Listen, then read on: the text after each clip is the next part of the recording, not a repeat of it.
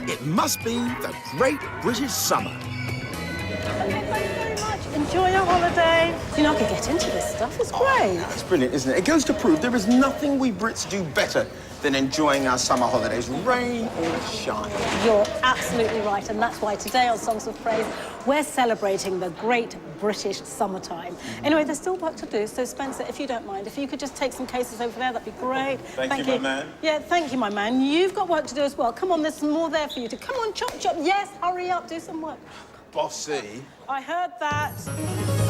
Today, as part of our summer specials, we find out how a summer's day inspired the nation's favourite hymn, see some rarely seen archive from one of the UK's first holiday camps. And for the first time, we meet the Cause, a Christian family, as they take on challenges to test their faith.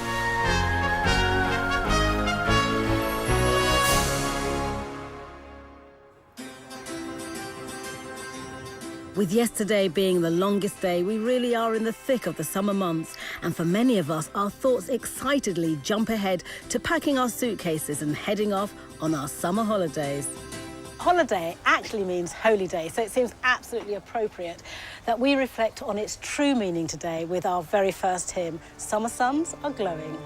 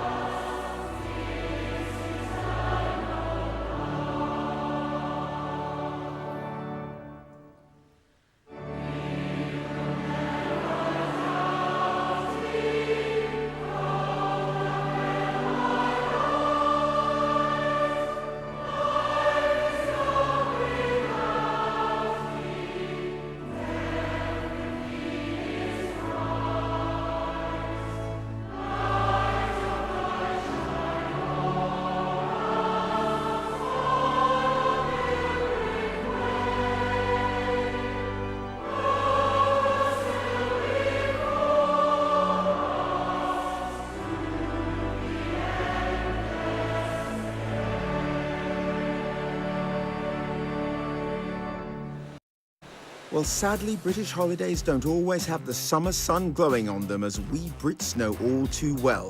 But come rain or shine, we know how to enjoy our precious time away from the humdrum of daily life. Resorts like this one are a familiar feature on the British holiday landscape.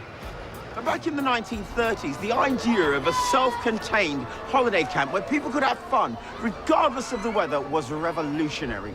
And it was all down to one man, Sir Billy Butlin. Having spent much of his youth travelling the world, Billy came to the UK with a desire to be a showman. First building a hoopla stall, he moved on to buying the rights to Dodgem cars, and the rest, as they say, is history. Welcome to Butlin's Bognor Regis. Over there. To find out more, I've come to meet the resorts archivist, Roger Billington. How did the holiday camp start, and where did he get the idea? He got the idea when he was visiting one of his amusement parks at Barry Island in South Wales. He stayed in a B&B. He realised that they didn't give you a key to the door. So when you'd had your breakfast, you were chucked out. And he thought, wait a minute, these poor people, it could be throwing it down with rain, and they couldn't get back in until evening meal. And he thought, what if I built a holiday camp and give everybody a key?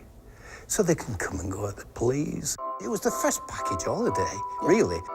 It soon became a success, but what many people didn't know was the role the church played in Billy's life.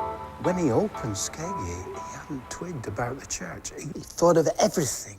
The amusement parks, the chalets, the fun fairs, everything. But the church. The church. And he was approached by his customers and said, do you run a chapel? And he said, he hadn't. So he got a guy in. Did you know that there's a resident padre at every camp and a special church set aside for the use of campers? The gentleman's name was Canon Pugh. That's the senior chaplain for Butlins. And he was also the Queen's chaplain as well. So he picked very wisely there. The padre is a friend of every camper and is ready at all times to give advice and comfort wherever it may be needed. And from there, Billy built chapels on all his camps, and the camp chaplain, as they were known then, became an integral part of the resort's life. We used to introduce them on a Saturday night. So we had the Gaiety Theatre on a Saturday night where we put the show on. And we used to do this Who's Who. And it was, and here we have the general manager, here we have the entertainments manager. And if you want to know about what the weather's going to be this week, we have the Padre whatever. Yeah. And they used to play, he's got the whole world in his hands. And they were getting really into the swing of it. Wow. So by the sound of it, the chaplains, I mean, they were an integral part of the life. They weren't just there for Sundays. Oh, no. I mean, they used to get involved with judging competitions, Holiday Princess, Glamorous Grandmothers, Noblinese, you name it. And they were loved. They entered into the spirit of it. Lovely people. And, yeah, they would have made good redcoats.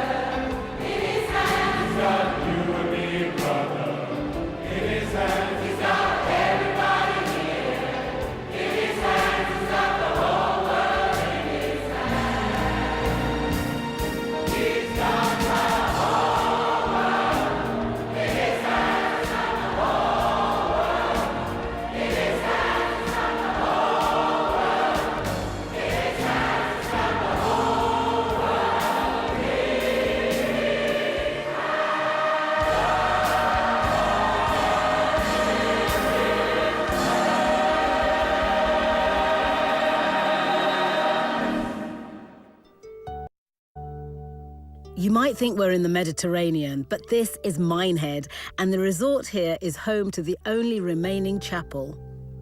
I think what you have to imagine, it's Sunday morning, it's perhaps Easter morning, it's perhaps 8 o'clock, and the centre is waking up. And then people are coming in, so many indeed that they can't get in, and these chairs have to be taken out so that everybody is standing. For 22 years, Tony was part of the chaplaincy team across the famous holiday resorts. He was responsible for the pastoral and faith needs of guests and staff.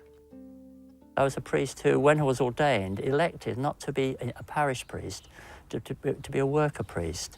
So I've always been interested in opportunities where people can express their faith and can work out their faith or talk about their faith in the real world.